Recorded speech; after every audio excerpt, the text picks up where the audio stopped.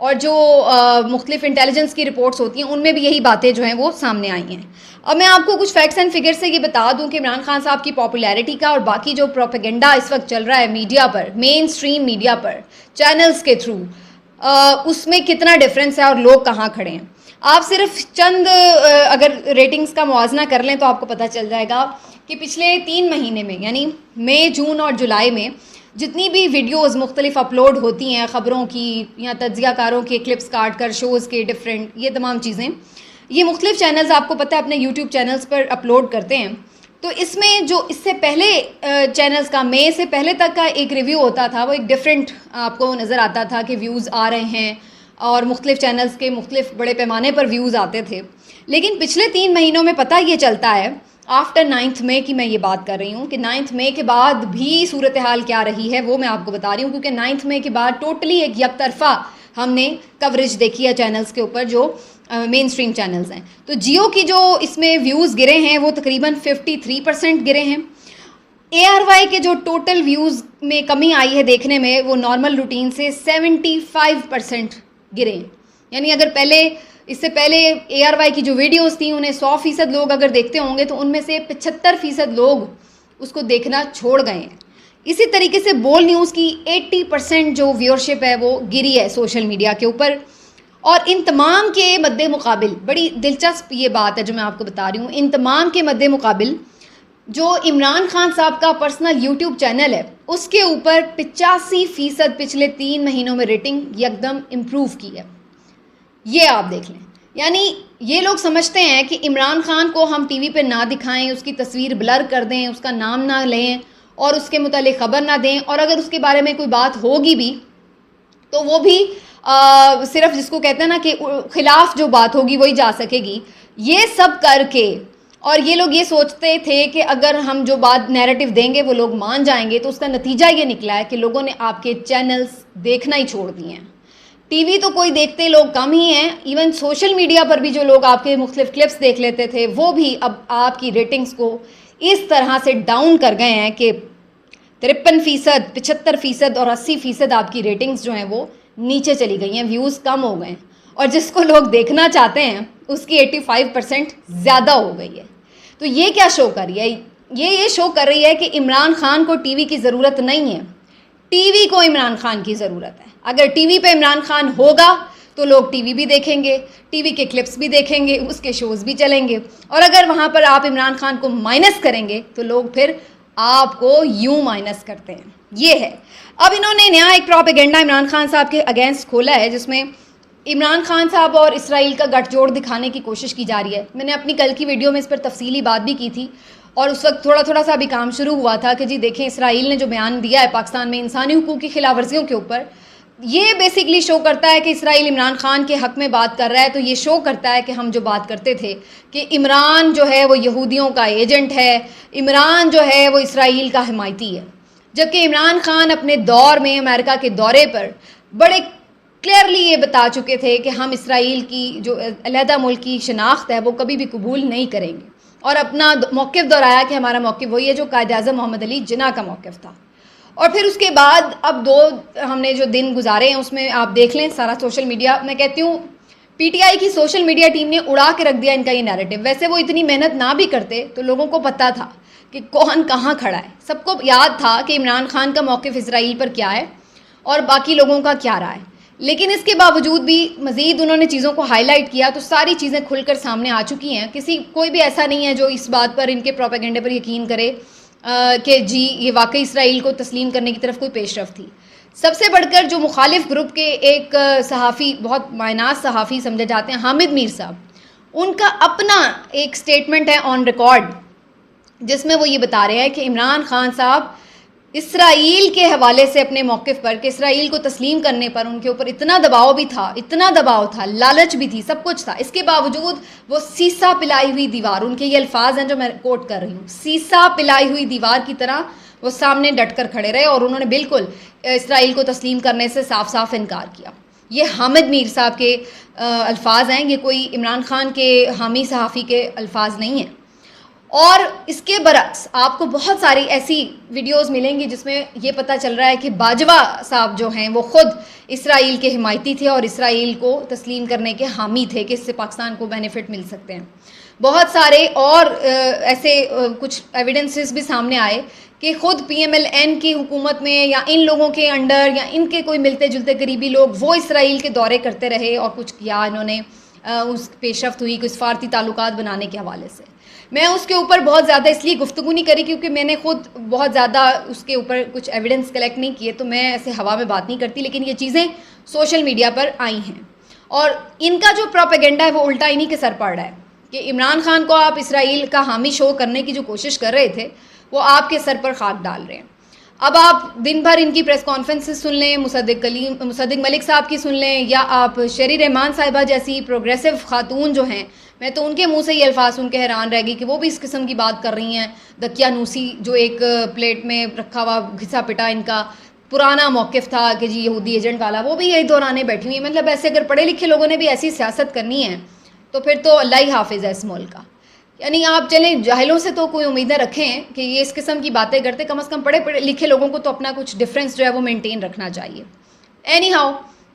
یہ ساری جو پروپیگنڈا ہے ان کا پہلے بھی ہوتا رہا ہے, کتنے سالوں سے ہوا ہے عمران خان کے خلاف, پہلے بھی اس نے کوئی اثر نہیں کیا اور اب تو یہ بالکل ٹھوس ہو چکا ہے اور سب کو معلوم ہے کہ ان کا موقف کیا تھا. انٹرنیشنلی بھی یہ چیزیں سامنے آ چکی ہیں اور خود یہاں کے بھی صحافیوں کے تھرو یہ سب کچھ واضح ہے. تو یہ والا جو ان کا ایک منجن تھا یا چورن تھا یہ تو نہیں بکنے والا تھا اور نہ ہی یہ بکا. اب آ جاتے ہیں اس پر کہ عمران خان صاحب کے خلاف نئی پلاننگ کیا ہو رہی ہے. عمران خان صاحب کے خلاف نئی پلاننگ یہ ہو رہی ہے, کوشش ان کی یہ ہے, یہ میری نظر میں کل ٹویٹ گزری تھی مسرت جمشید چیمہ صاحبہ کی, جس میں انہوں نے یہ بات کی کہ ان کے گھر پر انہوں نے فوٹیج بھی شیئر کی ہوئی تھی کہ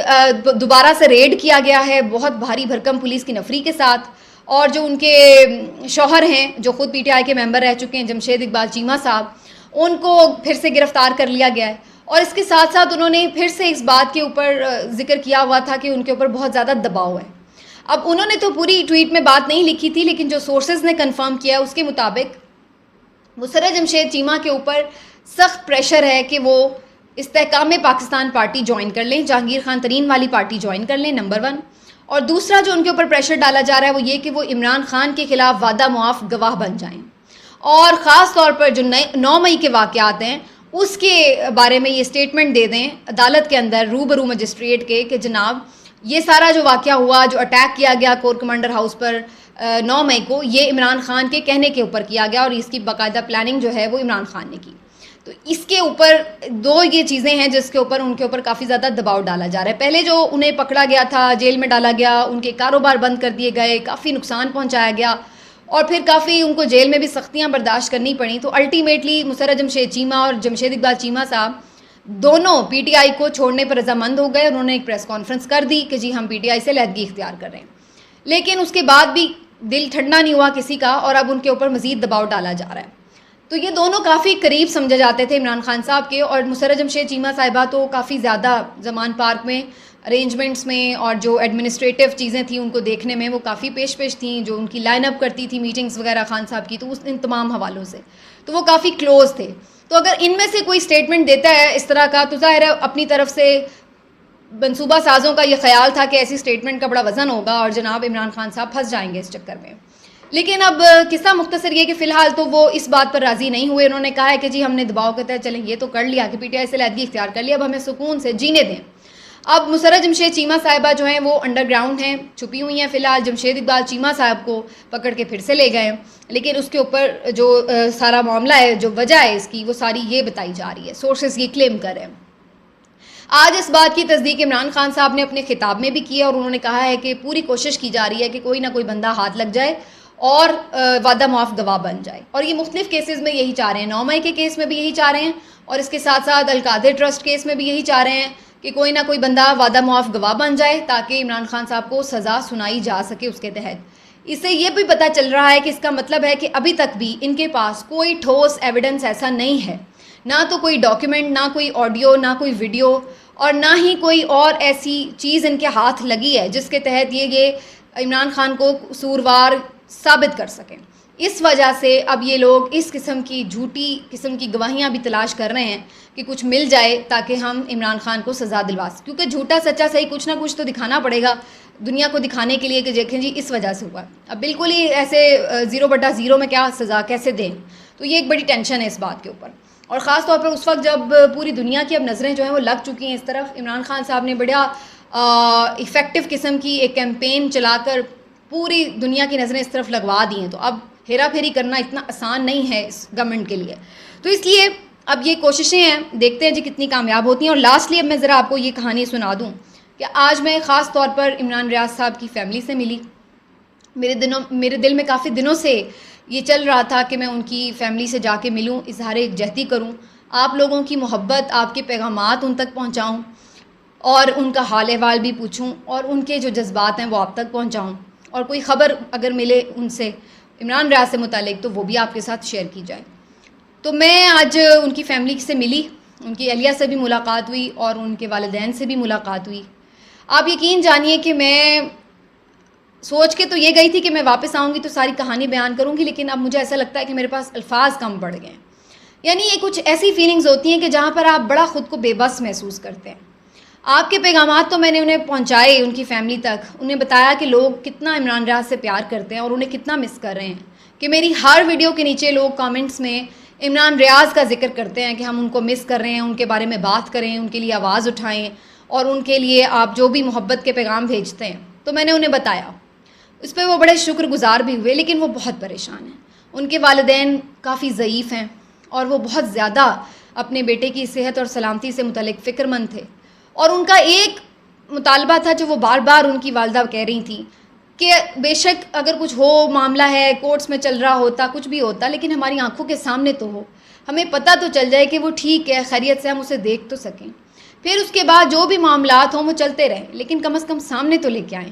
یہ تو بہت ہی زیادتی ہے، اور انتہا کی زیادتی ہے کہ آپ کسی کو اس طرح سے بالکل صفحہ ہستی سے غائب ہی کر دیں کہ اس کا کچھ اتا پتہ ہی نہ ہو۔ اب 2 مہینے سے زیادہ ہو چکے ہیں، ان کے بچوں سے بھی میری ملاقات ہوئی، وہ اپنے باپ کو ڈھونڈ رہے ہیں، ان کی نگاہیں متلاشی ہیں اپنے والد کے لیے، اور ان کی بیگم صاحبہ جو ہیں، اگرچہ وہ لوگ ہمت میں ہیں، وہ لوگ حوصلے میں کوشش کرتے ہیں کہ ہوں، لیکن ظاہر ہے کہ انسان کی اپنے پیاروں کے لیے ایک بانڈنگ ہوتی ہے، ایک تعلق رشتہ ایسا ہے، گھر کا ایک فرد ہے وہ، اور مین فرد ہے، تو کیسے اس بات کو دن رات اگنور نہیں کیا جا سکتا۔ ان کے دن بھی مشکل ہیں، ان کی راتیں بھی مشکل ہیں، ان کی امید صرف اللہ تعالیٰ کی ذات سے جڑی ہوئی ہے۔ لیکن میں ظلم کرنے والوں کو صرف یہ کہنا چاہتی ہوں کہ آپ لوگ اتنا ظلم کریں، اللہ تعالیٰ کے جلال کو مت للکاریں، اتنا نہ ظلم بڑھائیں آگے کہ اللہ تعالیٰ کو بھی یہ آپ کو بتانا پڑے کہ پھر آپ اپنے آپ کو خدا نہ سمجھیں، آپ سے اوپر بھی ایک خدا ہے۔ یہ آپ کیسے کر سکتے ہیں کسی کے ساتھ کہ آپ کسی کو اس طرح اذیت میں مبتلا کر دیں؟ کسی کے ساتھ آپ کی دشمنی ہے، کوئی آپ کو ناپسند ہے، کسی کی بات آپ کو نہیں اچھی لگ رہی، تو وہ ایک آپ کی اور اس کی جنگ ہے، لیکن اس کے ساتھ پوری فیملی کو جو آپ نے سزا دی ہے وہ کس کھاتے میں؟ اس کا حساب کتاب آج آپ کو نہیں دینا پڑے گا تو اگلے جہان میں ضرور دینا پڑے گا۔ لیکن ہم پتھر کے آگے سر پھوڑے ہیں، یہ لوگ اس وقت بالکل جس کو کہتے ہیں نا انسانیت سے آری ہوئے بیٹھے ہیں۔ یہی حال میرا ان کے ساتھ مل کے ہوا کہ جس طرح میں نے ان لوگوں کو تکلیف میں دیکھا، اور